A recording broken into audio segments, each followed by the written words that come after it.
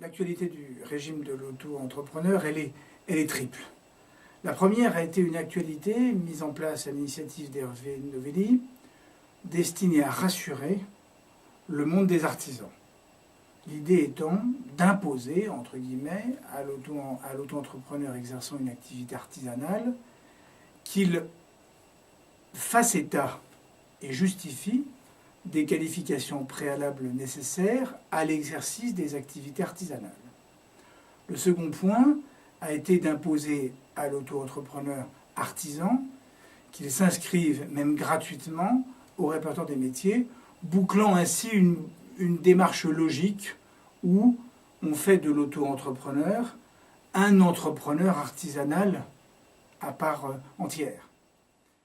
La deuxième actualité a été mise en place et est à l'initiative de Frédéric Lefebvre. Elle est pertinente parce qu'elle incite et elle invite à expliquer que l'auto-entrepreneur est finalement un entrepreneur. Ça n'est pas un entrepreneur au rabais. Il a les mêmes droits, mais il a les mêmes devoirs que tous les autres entrepreneurs. Il paie des charges dans des proportions strictement équivalentes aux autres entrepreneurs. Bref, il n'est pas exorbitant du droit commun, comme on a essayé de le laisser croire. Et puis la troisième actualité, c'est une actualité qui est à l'initiative de l'Union des auto-entrepreneurs. Lorsque nous nous sommes créés, association, c'est vrai, proche à la fois du régime, mais aussi des pouvoirs publics, nous avons essayé d'inciter à ce que l'auto-entrepreneur fasse état d'un certain nombre d'engagements, à la fois techniques et aussi moraux. Et on a essayé d'inviter nos auto-entrepreneurs à signer une charte, véritable charte dans laquelle, au travers de 12 engagements, il s'engage à expliquer à ses clients qu'il est à jour de ses cotisations, qu'il est un auto-entrepreneur qui est à jour de ses qualifications nécessaires à l'exercice de telle ou telle activité, soit artisanale, soit même activité libérale, qu'il s'engage à effectuer des factures et à donner les factures, qu'il déclare la totalité du revenu qu'il perçoit de son activité d'auto-entrepreneur, et surtout qu'il est assuré.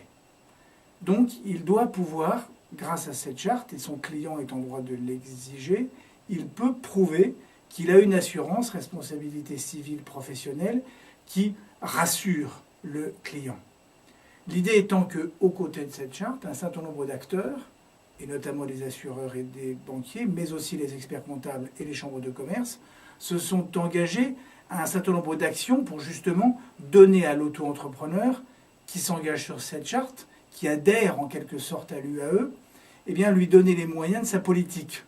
Et donc en matière d'assurance, par exemple, nous avons signé un partenariat avec une grande compagnie qui permet pour 15 € par mois, d'être assuré en responsabilité civile professionnelle. On a signé avec la Banque Postale ou le CIC un contrat pour que les auto-entrepreneurs puissent être bancarisés le mieux possible, aux meilleures conditions possibles. On a signé avec les experts comptables pour qu'il y ait un process d'accompagnement s'ils souhaitent passer du régime de l'auto-entrepreneur à celui d'entrepreneur. On a signé un partenariat avec les chambres de commerce et d'industrie qui se sont engagés à les recevoir et à leur donner, à leur prodiguer les premiers conseils indispensables, à la fois pour bien sûr devenir auto-entrepreneur, mais comprendre mieux l'environnement économique dans lequel ils allaient en fait agir. Bref, l'Union des auto-entrepreneurs permet aux auto-entrepreneurs de se valoriser, mais aussi de bénéficier de services.